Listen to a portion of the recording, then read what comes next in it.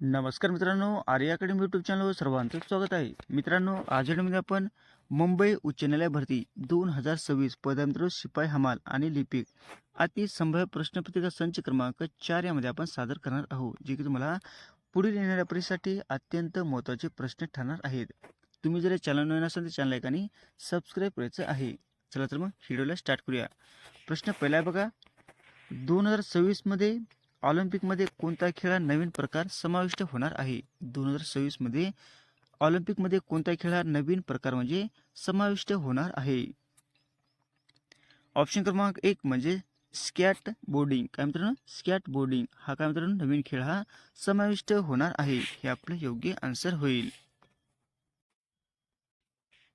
प्रश्न क्रमांक 2 मित्रांनो, महाराष्ट्रातील निवडणूक आयोगाने 29 महानगरपालिकांमध्ये मतदान कधी होणार असल्याची घोषणा केलेली आहे? महाराष्ट्रातील निवडणूक आयोगाने 29 महानगरपालिकांमध्ये मतदान कधी होणार असल्याची घोषणा केलेली आहे. प्रश्न खूप महत्त्वाचा मित्रांनो.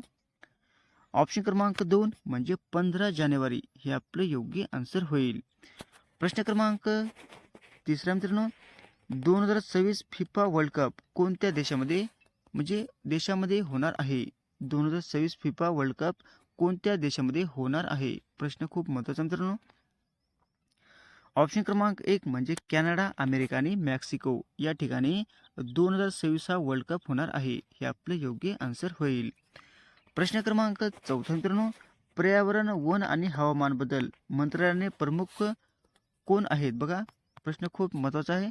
पर्यावरण, वन आणि हवामान बदल मंत्रालयाचे प्रमुख कोण आहेत? ऑप्शन क्रमांक 1 म्हणजे भूपेंद्र यादव हे काय मित्रांनो प्रमुख म्हणजे मंत्री आहेत. हे आपले योग्य आन्सर होईल. प्रश्न क्रमांक 5 मित्रांनो, ग्लोबल वॉर्मिंग म्हणजे काय आहे? बघा, ग्लोबल वॉर्मिंग म्हणजे नेमकं काय असते? ऑप्शन क्रमांक 2 म्हणजे सरासरी तापमान वाढ, त्याला आपण ग्लोबल वॉर्मिंग असे म्हटले जाते. काय मित्रांनो? सरासरी तापमान वाढ हे आपले योग्य आन्सर होईल. प्रश्न क्रमांक 6 मित्रांनो, कृषी आणि ग्रामीण विकास मंत्रालयाचे प्रमुख कोण आहेत? कृषी आणि ग्रामीण विकास मंत्रालयाचे प्रमुख म्हणजे मंत्री कोण आहेत?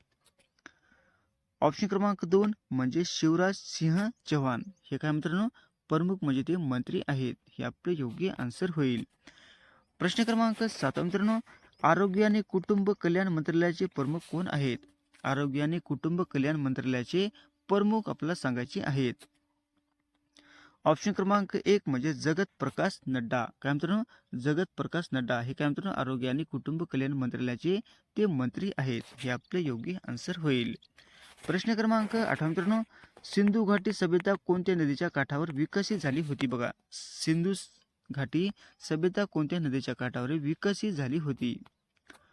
ऑप्शन क्रमांक 2 म्हणजे सिंधू हे आपले योग्य आन्सर होईल.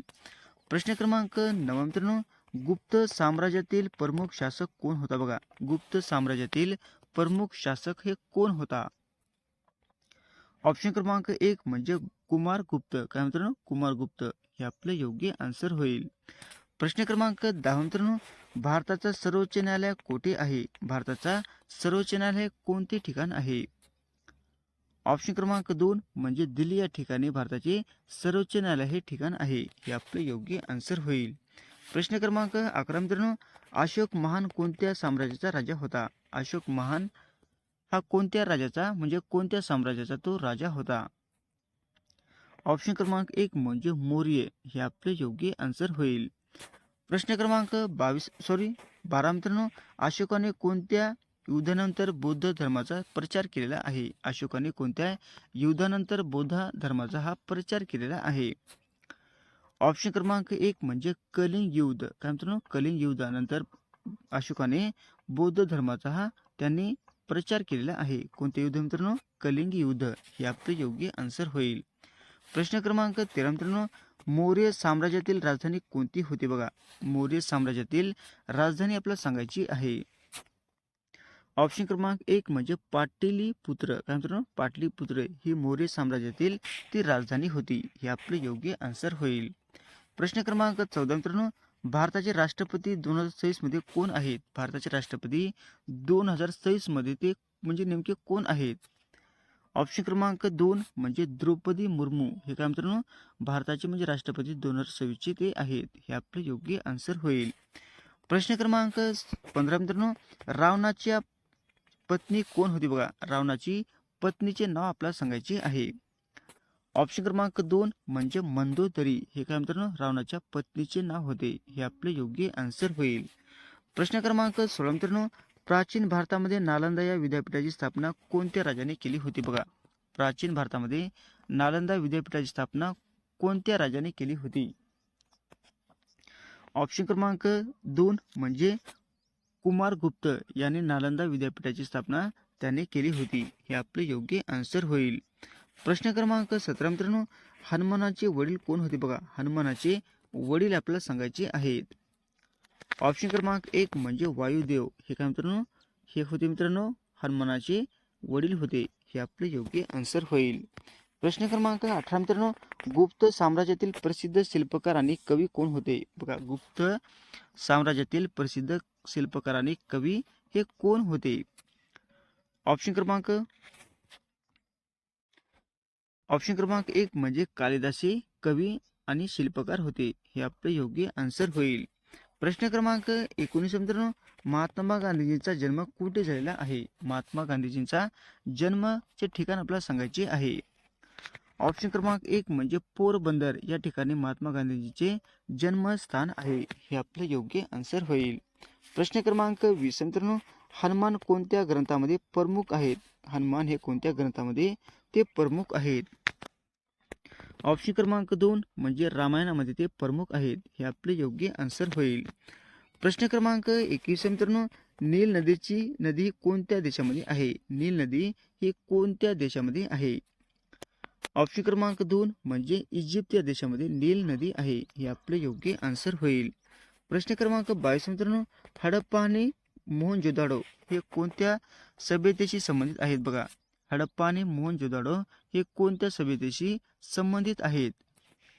ऑप्शन क्रमांक 2 म्हणजे सिंधू घाटी सभ्यता. हे आपले योग्य आन्सर होईल. प्रश्न क्रमांक 23 मित्रांनो, हनुमानाने कोणत्या पर्वताचे पर्वत उचलले होते बघा. हनुमानाने कोणत्या पर्वताचे पर्वत उचलले होते. ऑप्शन क्रमांक 1 म्हणजे हिमालय हा त्याने पर्वत उचलले होते. हे आपले योग्य आन्सर होईल. प्रश्न क्रमांक 24 मित्रांनो, वाल्मिकी कोणत्या महाकाव्याचे लेखक आहेत. वाल्मिकी हे कोणत्या महाकाव्याचे ते लेखक आहेत. ऑप्शन क्रमांक 2 म्हणजे रामायणाचे ते लेखक आहेत. हे आपले योग्य आन्सर होईल.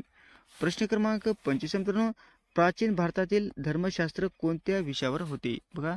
प्राचीन भारतातील धर्मशास्त्र हा कोणत्या विषयावर होते. ऑप्शन क्रमांक 2 म्हणजे कायदा आणि नीती याच्यावर ते विषयावर ते धर्मशास्त्र होते. हे आपले योग्य आन्सर होईल. प्रश्न क्रमांक 26 मित्रांनो, भारतातील सर्वात मोठे वाळवंट कोणते आहे. भारतातील सर्वात मोठे वाळवंट आपल्याला सांगायचे आहे. ऑप्शन क्रमांक 1 म्हणजे इथं मित्रांनो मिस्टेक झालेली आहे, पण हे आहे मित्रांनो थार वाळवंट. हे काय मित्रांनो भारतातील सर्वात मोठे वाळवंट आहे. हे आपलं योग्य आन्सर होईल.